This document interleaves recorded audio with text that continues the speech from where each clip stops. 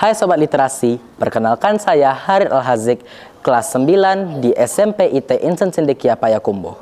Di minggu pertama tantangan sepekan satu buku ini, saya akan meresensikan novel berjudul Percy Jackson and the Olympians, The Lightning Thief. Novel ini karya Rick Riordan, merupakan novel pertama dari 7 novel lainnya di seri Percy Jackson and the Olympians. Novel ini pertama kali diterbitkan dalam bahasa Indonesia oleh penerbit Laura Publishing di bawah PT Desain Publika di tahun 2008. Novel ini merupakan karya Rick Riordan dan novel ini merupakan novel pertama dari 7 novel lainnya di dalam seri Percy Jackson and the Olympians. Di dalam novel ini diceritakan bahwa ada seorang pemuda berumur 12 tahun bernama Percy Jackson yang baru mengetahui bahwa dirinya adalah anak dari seorang dewa Yunani bernama Poseidon. Dalam novel ini diceritakan bahwa 3 dewa utama Yunani, yaitu Poseidon, Zeus, dan Hades, telah membuat perjanjian kuno.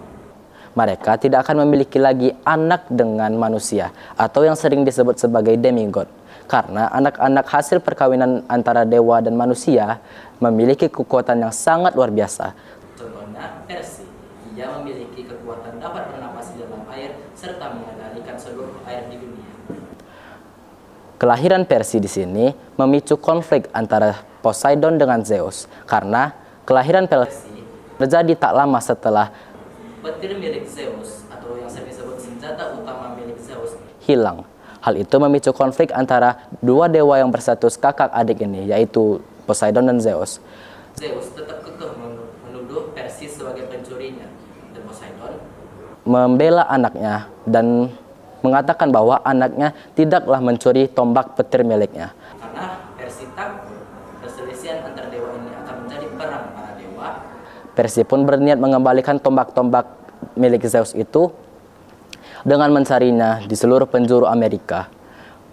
Melalui cerita dalam novel ini, Rick Riordan berhasil mengenalkan para pembaca dengan kisah-kisah pahlawan Yunani serta dewa-dewinya dengan menggunakan kehidupan modern. Hal itu memudahkan para pembaca dalam memahami kisah yang ada di dalam novel ini. Ditambah juga dengan bahasa yang selang, mudah dipahami, juga santai, memudahkan para pembaca memahami plot yang ada dalam cerita di novel ini. Namun, tidak hanya kelebihan yang ada di novel ini, kekurangan juga terdapat di novel ini, yaitu pengilustrasian yang ada di dalam novel ini dapat dikatakan sangat susah untuk para pembaca kalangan awam, karena pengilustrasi yang Rick Riordan gunakan di sini terkesan selalu menggunakan kisah-kisah fantasi. Dan juga bahasa yang digunakan dalam novel ini selalu menggambarkan kekonyolan remaja hingga transkripsi percakapan remaja. Hal itu terkesan juga menjauhkan para pembaca dewasa dalam membaca novel ini. Dengan analisis yang sudah dijabarkan di atas, novel ini dapat dikatakan sebagai novel yang cocok dibaca oleh para remaja, khususnya remaja-remaja yang sekarang imajinasinya sedang meningkat-ningkat.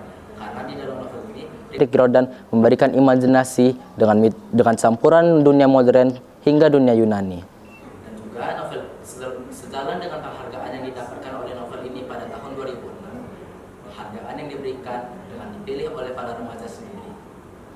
Setelah evaluasi di atas, novel ini sangat cocok dibaca oleh para remaja. Juga novel ini tidak cocok dibaca oleh para kalangan pembaca dewasa. Dengan demikian, resensi yang saya sampaikan di novel ini. Sekian, terima kasih.